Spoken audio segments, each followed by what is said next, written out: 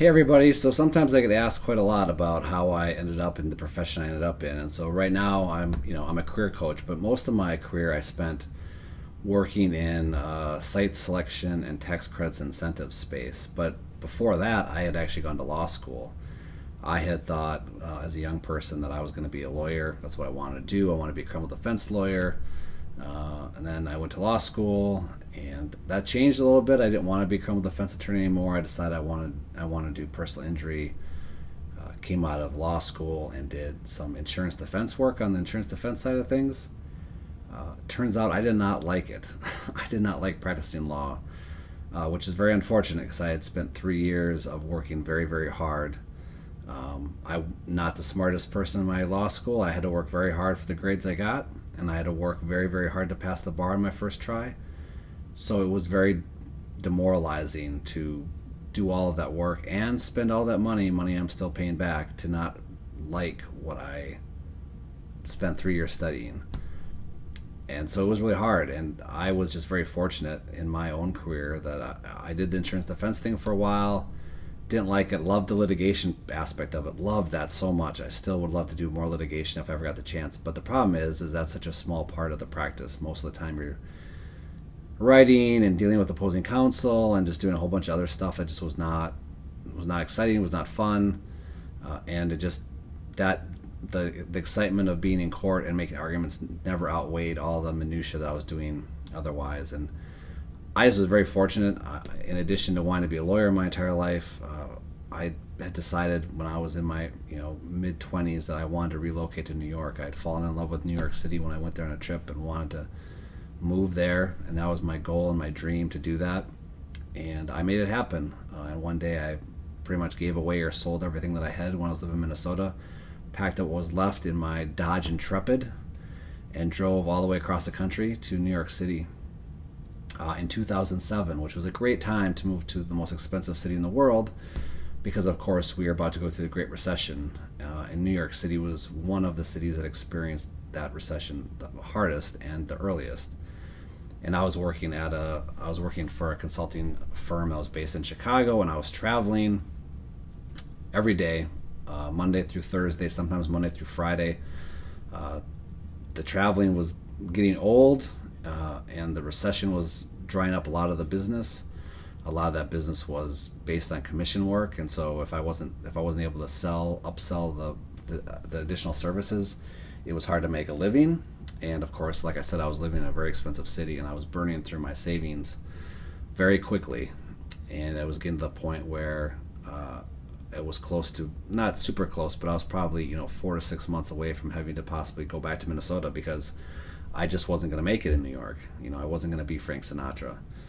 But I got very fortunate. Again, back in 2007, 2008, around there.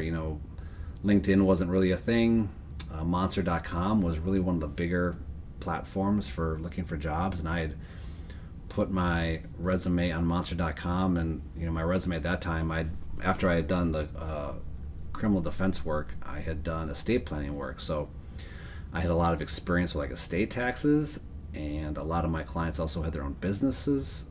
So when I was doing their estate planning, we also had to do some succession planning, and so I also got some experience with business tax planning and all that stuff, and that stuff was on my resume. So I got headhunted quite a bit, as you might imagine. I didn't think about it at the time, but being in New York and just having the word tax on my resume, I got all sorts of calls from all sorts of companies looking for CFOs and directors of taxes and VP of tax, which I had no business applying or even being interested in those jobs. So I didn't have enough experience. Not even close. And I also didn't want those types of jobs either. So, anyways, I was fortunate enough that I was headhunted by ADP for their tax credit services group.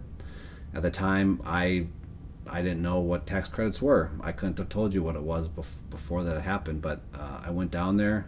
I remember I had rented a car because I was living in Manhattan, and the office I was going to be working in was going to be in East Brunswick, New Jersey. For any of you that are in New Jersey, East Brunswick. And for any of you that are from the New York, New Jersey area, yes, I was doing the reverse commute from Manhattan, and it was brutal. But that's another story for another time.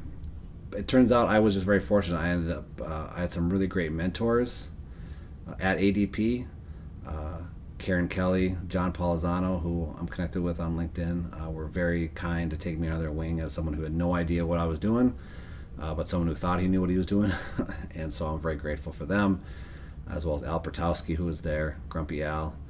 And I just ended up loving it. I loved the tax credits. I started doing statutory incentives for ADP, the Federal Work Opportunity Tax Credit, state jobs tax credits, incentive tax credits, all sorts of credits at ADP. Did that for about 3 years, and eventually the commute and kind of the atmosphere at the company was enough for me to want to move on. But I also realized that I really wanted to kind of grow in my professional career. So I took a job. Well, I didn't take it. I worked my butt off to get an interview at Ernst & Young. It was very difficult. It was hard to find anyone who worked at EY. And again, LinkedIn was still not much of a thing at that point, so it wasn't really easy to use the platform to find people at EY. I don't even know if LinkedIn was a thing in 2009, 2010. I don't really recall. I don't think it was much of a thing anyways. So I worked my butt off to just try to find a name of one person at EY who I could send my resume to. And I found Ollie Master, who's in Dallas. And Ollie's a wonderful, wonderful man. Great guy. I love Ollie. Hey, Ollie. Sent him my resume. Didn't hear from him for a while. I called him, and he was so kind. Called me up right away. Scheduled an interview with him really quick. End up scheduling an interview with Rebecca Truelove. Hey, Rebecca. One of the best bosses I've ever had, although she doesn't like me anymore. Loved it. Loved EY. That's where I got onto the negotiated side of incentives, and then doing site selection work. Just loved it. I mean, I loved it before, but I just totally fell in love with it. So, and I was there at EY for 6 years, and just loved it. And I've been doing that sort of work most of my career. And now when I have a chance to help people on career coaching, I do that. But I'm still doing statutory credits incentives. I'm still doing negotiated incentives, and I just love it. So that's been my career journey. So I just want to say to those of you that are out there struggling with career direction, you might be early in your career, you might be mid-career, you might be late in your career. I can tell you from experience, it's never too late to change your career, to switch things up. I did it twice. I did it once when I was just not fresh out of law school, but 3 years out of law school. So I was 28 or 29 when I switched over to what I was doing, and then making the switch a little bit now too, to do something in addition to what I'm doing for work. So anyways, hope you enjoyed this. Want to hear from you. Put your questions in the comment section, send me a message. Otherwise, I'll see you next time.